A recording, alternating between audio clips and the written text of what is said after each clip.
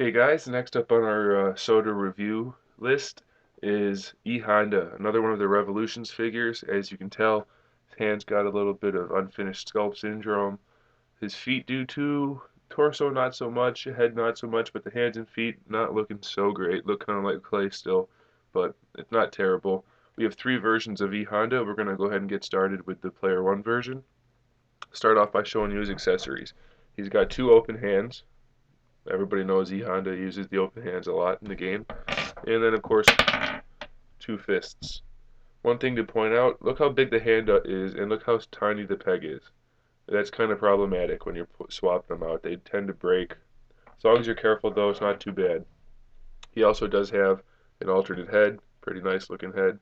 Both the heads are sculpted pretty well. I like them. They're painted well. Sometimes you get a googly eye. This one's eyes are a little bit off, but not too bad. Overall, pretty good figure. The paint app on the figure is good. Lots of shading on the skin, and the skirt looks pretty nice. Overall, pretty good figure. There's a couple problems I'll point out, though, other than the hand pegs, which, as you can see, is kind of a problem already on this one. The torso tends to pop apart and not go back together. It's going to take some work, probably, for some people. They pop off pretty easily.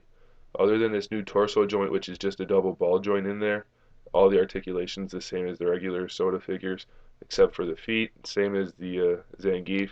He's got the same peg in the foot and then the ankle joint. Other than that, he's got the full ball jointed hip, and everything else is the same. A lot of people complain because the Honda is kind of huge. Maybe he's supposed to be this tall, I don't know. When you put him down in his stance like this with his legs bent, the way he was in the game, he's not too tall. He's taller than most other figures still though, so he's probably out of scale just a tiny bit. It's something I can look past because he's supposed to be kind of big still, and it's just a really cool figure in my opinion. So I can look past that. I'm not really going to complain about the size. Here's the Comic-Con exclusive gray variant that came with Dalsim, I believe.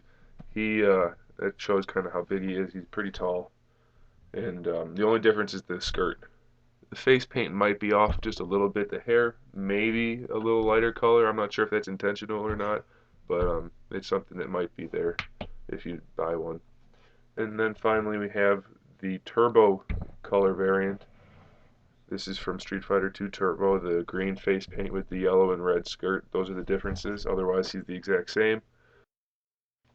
I'm not sure if that was an exclusive or not. I'm thinking it was, but I can't remember offhand.